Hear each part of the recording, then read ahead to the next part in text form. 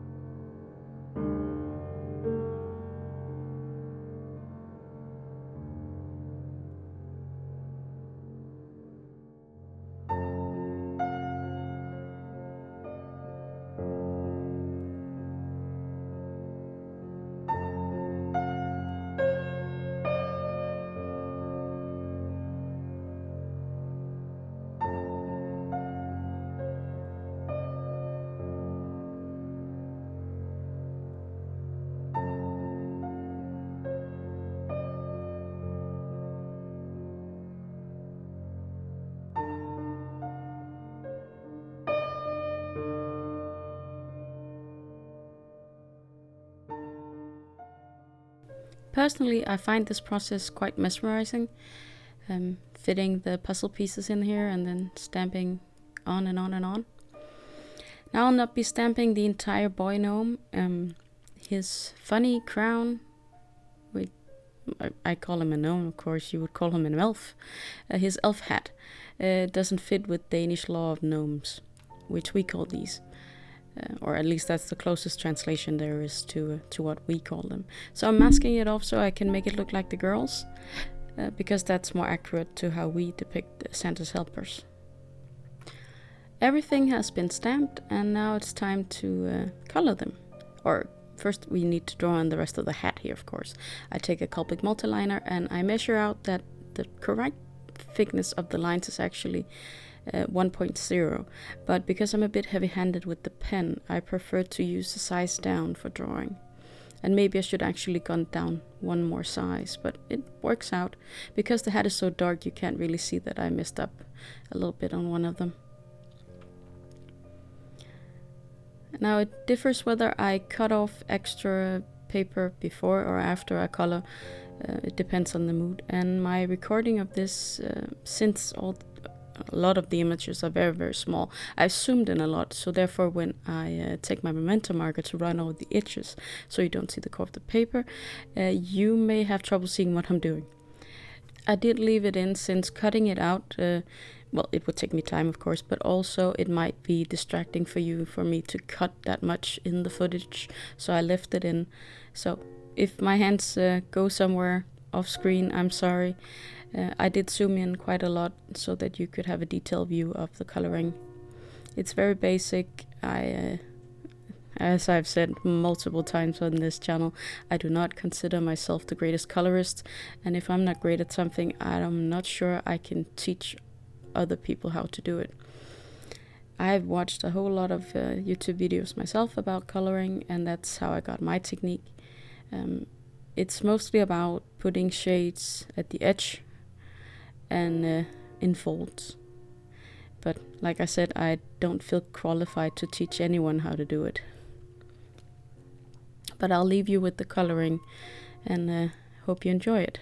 Otherwise, feel free to skip it.